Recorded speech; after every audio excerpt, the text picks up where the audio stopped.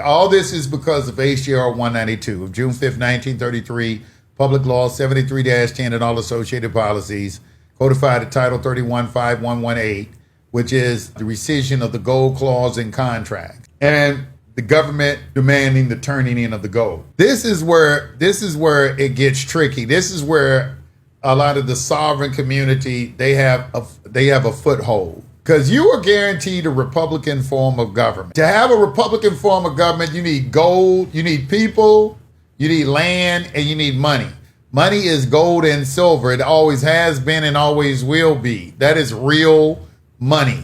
It's money of exchange. The money that they are utilizing in their system is called money of account. It is dealing with accounting because it is debt currency. They removed us and took us off the gold standard in 1933, even though we were guaranteed a Republican form of government. So the question, because what we're trying to do is you're trying to establish the fact whether or not the government has a duty to discharge debt. All right, y'all go out there and issue instruments and try to give them to people. And well, do they have a duty to take it? You say they have to take it. Okay, well, if they have to take it, then prove they have to take it. How are you going to prove that they have to take it? Why is this question being avoided? And it's not just because you say so or just because, well, what happened? No, where is your evidence? Where is your verifiable evidence that can be authenticated and put into evidence, and somebody can testify with firsthand knowledge under penalty of perjury? We got a public record that speaks for itself. We got the congressional record of 1933. We can use that. But where is the duty derived from? If there was some sort of possible way, a pathway to establishing whether or not the government has a duty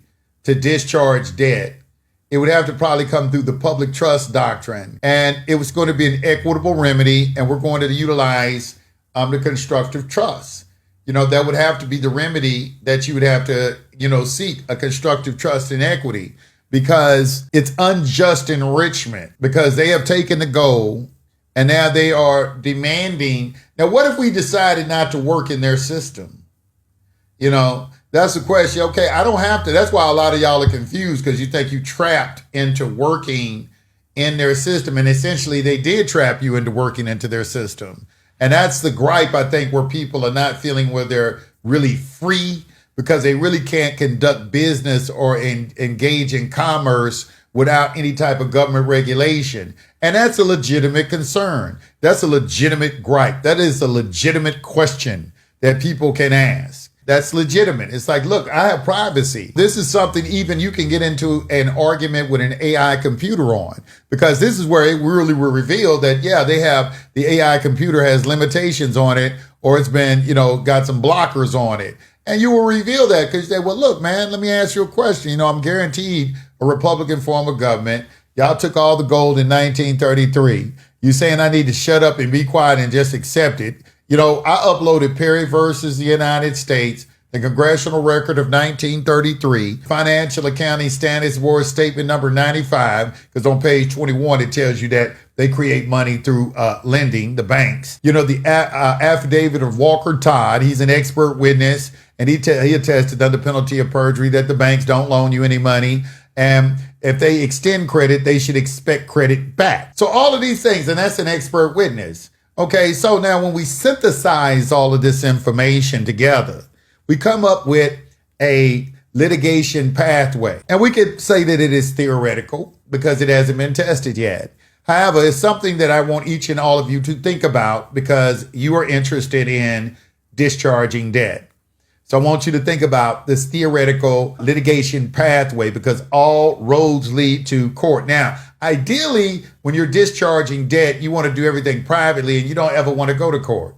But you always have to anticipate going to court. That's why you send all your correspondence either certified or registered mail whenever you are sending a negotiable instrument through the mail. If you created it on your computer or not, you should look at your negotiable instruments as real money. Is value. That is, you keep your 3811 forms. Your 3811 forms are your green forms. You want to keep those because those are evidence. Those are your witnesses. When you send something, you ask for return receipt requested.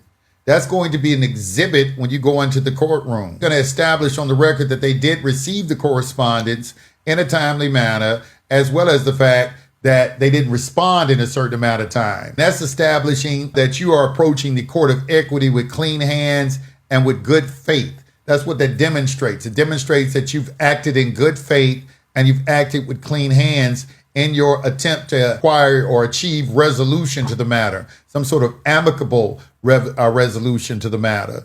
This should be reflected also in your cover letter or your correspondence that you are mailing off. It shouldn't be aggressive or anything like that, but it should use language as, this presentment is hereby presented for full satisfaction of this obligation. My records are showing a statement of account of zero balance, and you're going to want them to return a statement of account to you within 10 days. Or you want them to identify some sort of defect in the instrument and allow you an opportunity to cure. So if this is unacceptable form of payment, please state why it is an unacceptable form of payment.